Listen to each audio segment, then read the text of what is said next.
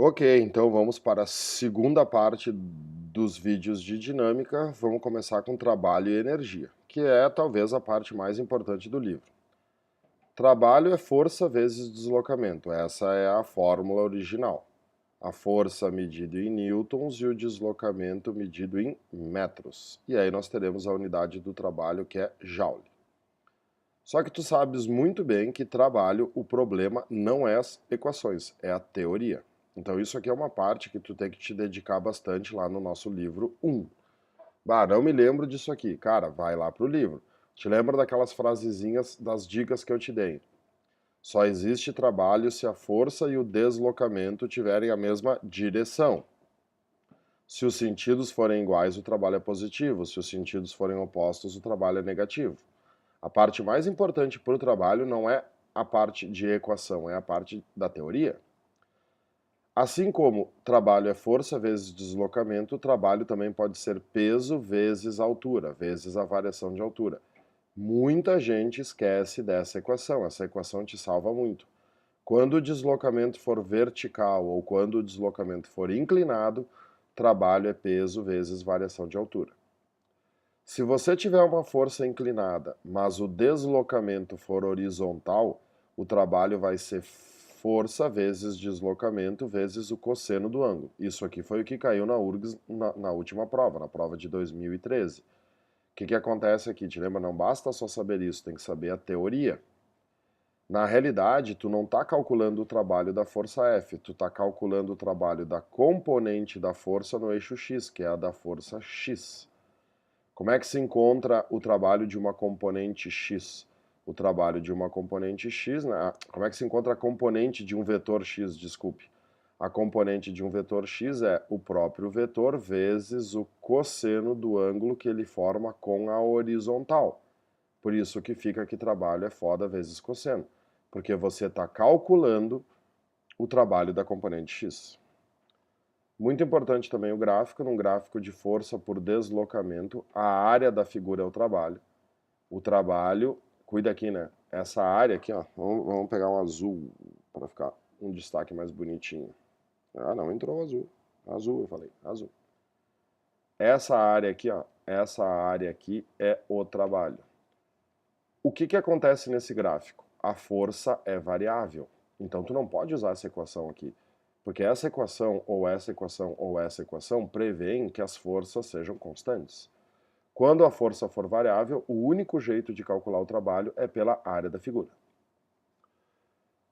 O que é trabalho? Qual é a definição geral de trabalho que serve para qualquer área da física? Trabalho é variação de energia.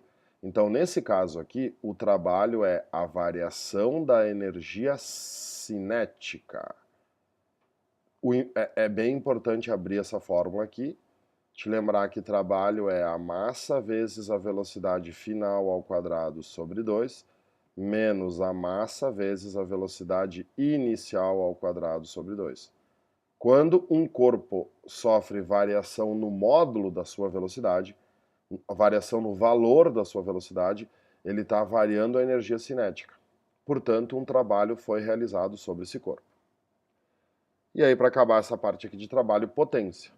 O que é a potência? A rapidez com que se realiza um trabalho. Potência é trabalho sobre tempo. Te lembra do teu amiguinho Watt? Trabalho medido em joules, tempo medido em segundos, joule sobre segundo dá o Watt, dá o W maiúsculo de Watt. Mas potência também pode ser força vezes velocidade. Existem alguns exercícios que a gente só consegue resolver se lembrando que potência é força vezes velocidade. Força medida em newtons e velocidade medida em metros por segundo, newton vezes metro por segundo também é o watt. E agora vem a parte de energia. A energia cinética é a massa vezes a velocidade ao quadrado sobre 2. Só tem energia cinética quem tem velocidade. Energia potencial, massa vezes gravidade vezes altura. Olha a diferença de energia potencial para o trabalho aqui de cima. Para te realizar um trabalho, tu tem que ter variação de altura. Agora, para te ter energia potencial, basta ter altura, que não é ΔH, é H. E a energia potencial elástica, aquela que só existe nos corpos que têm elasticidade, é kx² sobre 2. O k é a constante elástica e o x é a deformação que o corpo sofre. Talvez a parte mais importante dessas três é juntar as três na energia mecânica. A energia mecânica é o somatório da cinética com a potencial, qualquer uma das potenciais. Tanto faz ser a potencial gravitacional ou ser a potencial elástica. E aí, claro, os sistemas conservativos e os sistemas dissipativos. O sistema conservativo é aquela onde a força de atrito ou a força de resistência do ar é igual a zero. No sistema conservativo não existe força dissipativa, não existe perda de energia. Se não existe perda de energia, a energia mecânica fica constante, mantém-se constante. Logo, a energia mecânica fica constante. O sistema conservativo é aquele que a gente não se preocupa muito, porque é aquele fácil, constante. É aquele que a gente estuda bastante no ensino médio. Num sistema dissipativo, quando a energia cinética aumenta, a energia potencial diminui, para que o somatório das duas permaneça constante. No sistema dissipativo, é aquele onde existem forças dissipativas. Conclusão: a força de atrito ou a força de resistência do ar são diferentes de zero. Claro que aqui, né, a gente não tem só essas forças dissipativas. O que é uma força dissipativa? Uma força dissipativa é aquela força que transforma a energia mecânica em outro tipo de energia, que não seja nem cinética nem potencial. Exemplo, energia térmica ou energia sonora. Isso é uma força dissipativa. Logo, a energia mecânica se dissipa, se perde. A energia mecânica se dissipa. O que é bem importante colocar nessa linha que eu deixei aqui em branco? No sistema dissipativo, a energia mecânica inicial sempre é superior à energia mecânica final. Existe perda de energia. Quem produz essa perda é o atrito ou a resistência do ar. Então, num sistema dissipativo, o trabalho da força de atrito é a energia mecânica final menos a energia mecânica inicial. Quando você estiver fazendo essa fórmula, o que você está calculando? A perda de energia. Essa perda de energia é o trabalho realizado pelo atrito. O que o atrito é? O atrito é um ladrãozinho de energia. Então aqui a gente terminou a parte do trabalho e a parte da energia. Vamos limpar isso aqui. E vamos para a dinâmica impulsiva, momento e a parte do cálculo da tração. Dinâmica impulsiva também bem importante.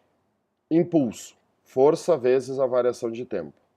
Quantidade de movimento, massa vezes velocidade. Conclusão, o impulso é a variação da quantidade de movimento. Isso é o teorema do impulso. Então, dando uma trabalhadinha nessa fórmula, o impulso pode ser a massa vezes a velocidade final menos a massa vezes a velocidade inicial. Importante lembrar que essas duas grandezas são vetoriais. A direção e o sentido do impulso é a mesma direção e o sentido da força. A direção e o sentido da quantidade de movimento é a mesma direção e o mesmo sentido da velocidade. Importante também lembrar, por exemplo, quem for fazer PUC, que a quantidade de movimento é chamada de momento linear. Não custa nada aqui fazer uma flechinha para um canto aqui e se lembrar que a PUC, tem outras faculdades que fazem isso também, mas a PUC faz sempre. Quantidade de movimento nada mais é do que o momento linear. Porque o momento angular é aquilo que a gente estuda em momento ou torque. Num gráfico de força por tempo, a área da figura é o impulso ou a variação da quantidade de movimento. A área é o impulso ou a variação na quantidade de movimento, já que impulso e variação na quantidade de movimento são a mesma coisa. E aí, de novo, aquela mesma explicação que eu dei acima sobre trabalho. Num gráfico de força por tempo, essa força é variável. Se essa força é variável, para te calcular o impulso, tu tem que fazer pela área da figura. Não tenta fazer a equação, porque a equação só funciona se a força for constante. E aí vem a parte principal desse conteúdo. A parte principal desse conteúdo são os exercícios onde a quantidade de movimento se conserva. Para que a quantidade de movimento se conserva, não pode existir forças externas. Só podem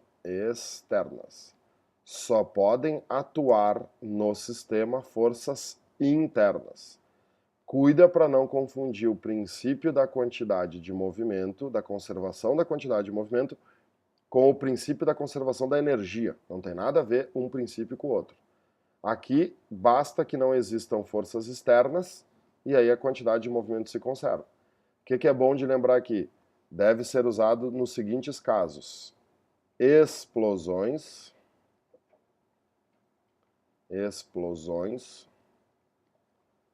e colisões.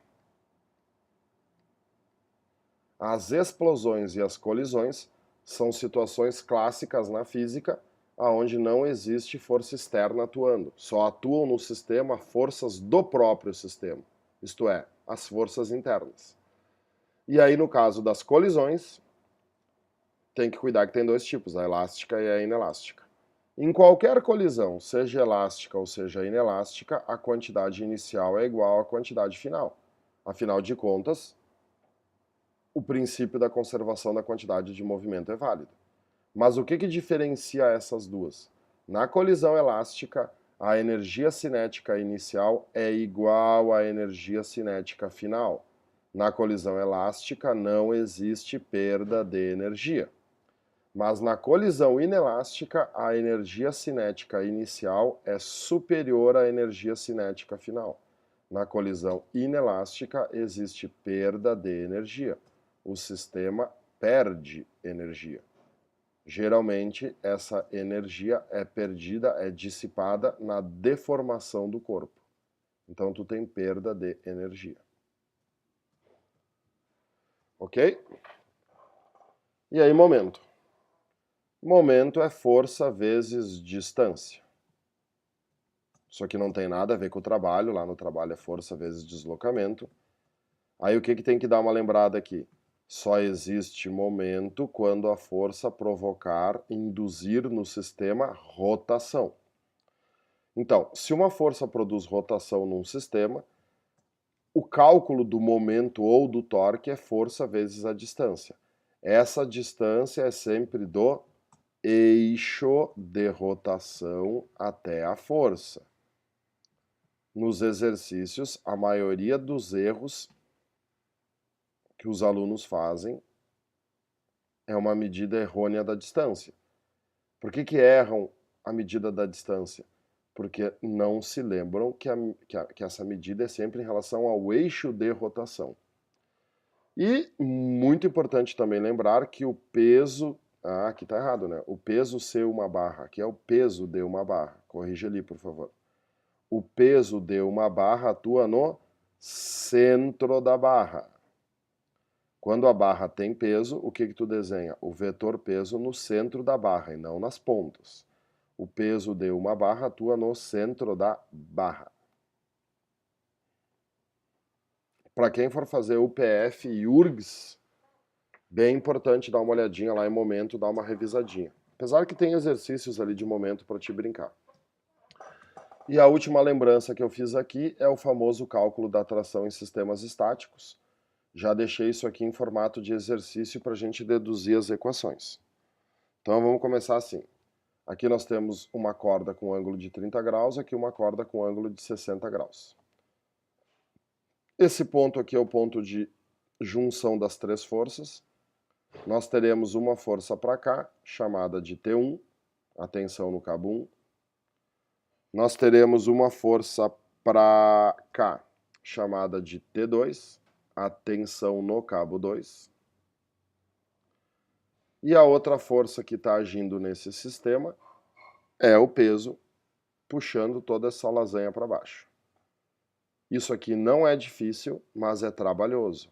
O que que isso exige? Decomposição vetorial. Quais vetores aqui podem e devem ser decompostos? Os vetores diagonais, o 1 e o 2. Então, o que que nós teremos aqui? A componente da tensão 1 no eixo x, T1x, e aqui nós teremos a componente da tensão 1 no eixo y, T1y. A mesma coisa deve ser feita com a tensão 2. Vou pegar o azul aqui de novo, vai ficar meio poluído aqui, mas esses exercícios são assim. Aqui a gente tem a tensão 2 no eixo x, e aqui a gente tem a componente da tensão 2 no eixo y. E aí o que eu tenho que analisar? Equações x e equações y. No eixo x, eu tenho T1x para a esquerda, T2x para a direita. Para que a força resultante ali seja nula, basta fazer que T1x é igual a T2x. E aí o que tu vai fazer? Abrir as equações. O que é x? X é cosseno. Então vai ficar T1 vezes o cosseno de 30. Eu não vou aqui resolver, tá? Só estou te lembrando, é uma revisão. E aqui nós teremos T2 vezes o cosseno de 60. Ao substituir o cosseno de 30 e o cosseno de 60 aqui, tu vai ter uma relação entre T1 e T2. Porque na realidade isso aqui é resolvido por sistema. Agora o que eu tenho que fazer? As equações do eixo y. No eixo y, o que nós temos? T1y e T2y puxando o sistema para cima e o peso puxando o sistema para baixo. Então, T1y adicionado ao T2y deve ser igual ao peso. E aí tu vai abrir essas equações. O que é T1y? É T1 vezes o seno de 30 mais T2 vezes o seno de 60, que isso deve ser igual ao peso, né, amiguinho? E aí como é que tu vai fazer? Bom, aqui tu vai ter uma relação entre T1 e T2. Substitui em qualquer uma das duas, isola uma incógnita e encontra o T1 ou o T2. E aí depois substitui na volta aqui e encontra a outra que ficou faltando. Não são exercícios difíceis, mas são exercícios trabalhosos. E isso aqui é uma bela revisão de decomposição vetorial. Decomposição vetorial é uma coisa que você não pode ter dúvida, porque a decomposição vetorial aparece em várias partes da física. Então assim acabou a nossa revisão da aula 2. Por favor, resolva os exercícios e me mande e-mail com dúvidas. Um abraço e bom estudo.